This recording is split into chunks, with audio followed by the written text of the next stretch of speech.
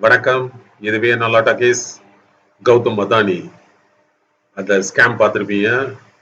அமெரிக்காவில் இருக்கக்கூடிய Brooklyn federal court வந்து அரெஸ்ட் வாரண்ட் இஷ்யூ பண்ணியிருக்கு. கௌதம் அதானி என்ற நபர் நம்ம இப்ப ஒன்றிய முதன்மை அமைச்சர் பதவியில் இருக்கக்கூடிய நரேந்திர தாமோதாஸ் மோடிங்கிறவருக்கு ரொம்ப ரொம்ப வேண்டிய நபருங்கிறது நாட்டுக்கே தெரியும். நம்ம புதுசா சொல்ல வேண்டியதில்லை. ஸோ அந்த கௌதம் அதானி மேலையும் பிளஸ் ஒரு 7 பேர் டிஃபெண்டன்ஸ் அவங்க மேல வந்து எஃப்சிபிஏ ஆக்ட் ரொம்ப ரொம்ப சீரியஸான ஆக்ட்.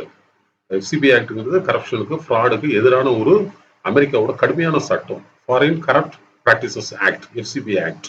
அந்த ஆக்டுக்குள்ள புரூக்ளின் ஃபெடரல் கோர்ட் வந்து கௌதம் அதானிக்கு வந்து அரெஸ்ட் வாரண்ட் இஷ்யூ பண்ணிடுச்சு. கௌதம் அதானிக்கு மட்டும் இல்ல, கூட ஒரு 8 பேருக்கு, கௌதம் அதானி, வினித் ஜெயின், இன்னும் நிறைய பேருக்கு, அதானியோட சொந்தக்காரங்க எல்லாருக்குமே.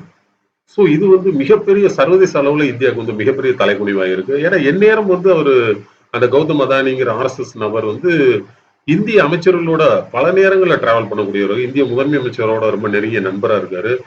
நரேந்திர தாமோதர் மோடிங்கிறவர் முதன்முறையா பதவியேற்க வந்தப்பயே கௌதம் அதானிங்கிற அந்த அரெஸ்ட் வாரண்ட் கைதாக போகிற அந்த நபரோட பிளைட்ல தான் வந்தார் பதவியேற்கவே. ஸோ சர்வதேச அரங்குல இந்தியாவுக்கு ஒரு தர்ம சங்கடமான சூழ்நிலை இதை ஏற்படுத்தி இருக்கு. இது வந்து லேசான சார்ஜஸ் கிடையாது. ஏன்னா அமெரிக்கால வந்து மணி ஸ்கேம் வந்து ரொம்ப சீரியஸா பார்ப்பாங்க. நீங்க வந்து இங்க வந்து நிதி நிறுவனங்கள் மாதிரி ₹100 கொடுத்தால் ₹500 மாதம் வட்டி தருகிறேன்னு சொல்லி அங்க இங்க வசூல் பண்ற மாதிரி அங்க வசூல் பண்ண முடியாது. அந்த மாதிரியான ஒரு ஃப்ராடுன்னு சொல்றாங்க. கௌதம் அதானி வந்து அமெரிக்க ஃபெடரல் கோர்ட் வந்து ஃப்ராடு, கௌதம் அதானி வந்து ஃப்ராடு. ஏன்னா இது சீரியஸ் சார்ஜஸ். அங்க வந்து எப்படின்னா நீங்க வந்து கில்ட்டி இல்லைங்கிறத நீங்க தான் ப்ரூவ் பண்ணி ஆகணும் அமெரிக்க கோர்ட்ல. ஸோ கௌதம் அதானி வந்து மிகப்பெரிய சிக்கலா இருக்கிறதா நினைக்கிறேன். அதே சமயம் குயின்ஸ்லாந்து ஸ்கேம் வந்து கோல் ஸ்கேம் அதானி பண்ணியிருக்கூடியது சிட்னில, ஆஸ்திரேலியால. அங்க பெரிய போராட்டங்கள் ஆரம்பிச்சு அங்க இருக்கிற மக்கள் வந்து ஆஸ்திரேலியாவுக்கு வந்து இது மிகப்பெரிய பின்னடைவு, இங்க வந்து இயற்கை சுற்றுச்சூழல் வந்து பாதிக்கப்படுது. இன்னைக்கு வந்து பெரிய அளவுல அமெரிக்க அரெஸ்ட் வாரண்ட் போட்ட அடுத்த செகண்ட்ல இருந்து ஆஸ்திரேலியாவில் வந்து பெரிய அளவுல கௌதம் அதானிக்கு எதிரான ஊர்வலங்கள், ஆஸ்திரேலிய மக்கள் வந்து பெரிய அளவுல போராடிட்டு இருக்காங்க. ஸோ அங்கே குயின்ஸ்லாண்ட்லயும் மிகப்பெரிய சிக்கலை கௌதம் அதானிங்கிற நபருக்கு ஏற்படுத்தி இருக்கு. ஒரு தனி நபருக்காக இந்தியா என்ற ஒரு மாபெரும் ஒன்றியம் வந்து வக்காலத்து வாங்குறது வந்து ரொம்ப ஒரு ஒரு துரதிருஷ்டவசமானது நான் நினைக்கிறேன் ஒரு வழக்கறிஞரா. சோ இந்த நேரத்துல வந்து இங்க வந்து பார்க்கும்போது அதிர்ச்சியான தகவல் வருது. இன்னைக்கு காலைல 10 மணிக்கு பாத்தீங்கன்னா எல்ஐசில இருந்து பல்லாயிரம் கோடி காணும்.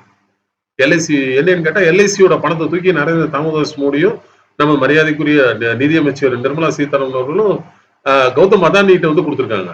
இன்வெஸ்ட் பண்ணி அவனோட கம்பெனில வந்து ஏற்கனவே அக்யூஸ்டா இருக்கான்.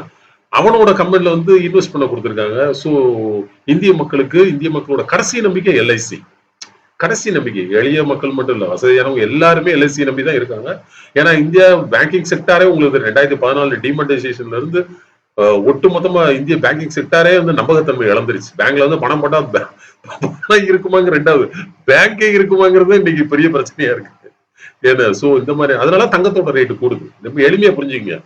ஏன் வந்து தங்கத்தோட ரேட் வந்து நீங்க 57,000, 58,000, 60,000 போகுதுன்னா வங்கிகள் வந்து நம்பகத்தன்மையை வந்து இழக்க வைக்கப்பட்டிருக்கின்றன. இழந்துருச்சு நான் சொல்லல, இழக்க வைக்கப்பட்டிருக்கின்றன.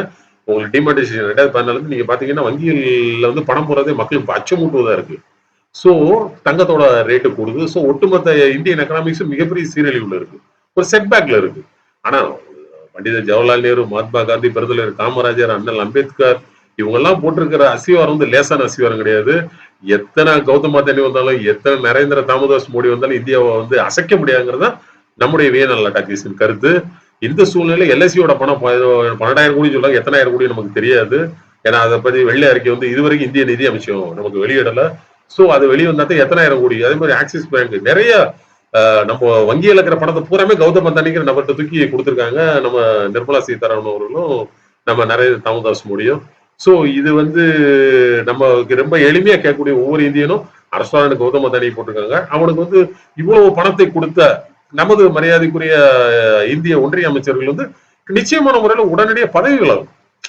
நிர்மலா சீதாராமன் அவர்களும் நரேந்திர தாமோதாஸ் மோடிங்கிறவரும் 2 பேரும் முக்கிய பொறுப்புல, ஒருத்தர் ஒன்றிய நிதியமைச்சரா இருக்காங்க, ஒருத்தங்க ஒன்றிய முதன்மை அமைச்சரா இருக்காங்க, பிரதமர் பதவி சொல்றோம் இல்லையா.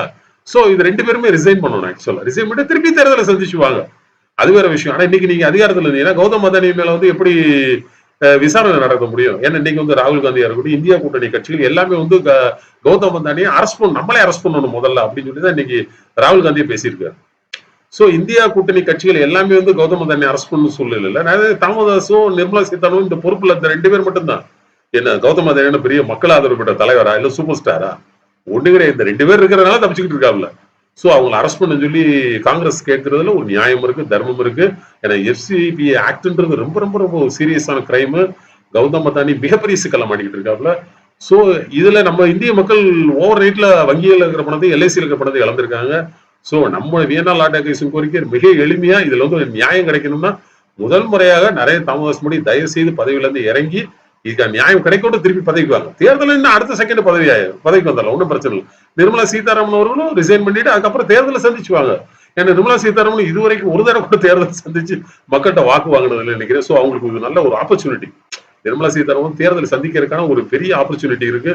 சோ ப்ளீஸ் ஸ்டெப் டவுன் திரு நரேந்திர தாமோதாஸ் மோடி அண்ட் திருமதி நிர்மலா சீதாராமன். கௌதம் அதானி இஷ்யூ, அந்த அரெஸ்ட் வாரண்ட் இஷ்யூ ப்ரூவ் ஆகி அவர் வந்து குற்றமற்றவர் அப்படி சொல்லி வர்ற வரைக்கும் 2 பேரும் தயவு செஞ்சு இந்த இந்தியாவில் முக்கிய பொறுப்புல இருக்க தவிர்க்கலாம்ங்கிறது வியன்னா லா டேக்கேஷன் கருத்து. அடுத்த காலை விரைவில் சந்திப்போம். நன்றி, வணக்கம்.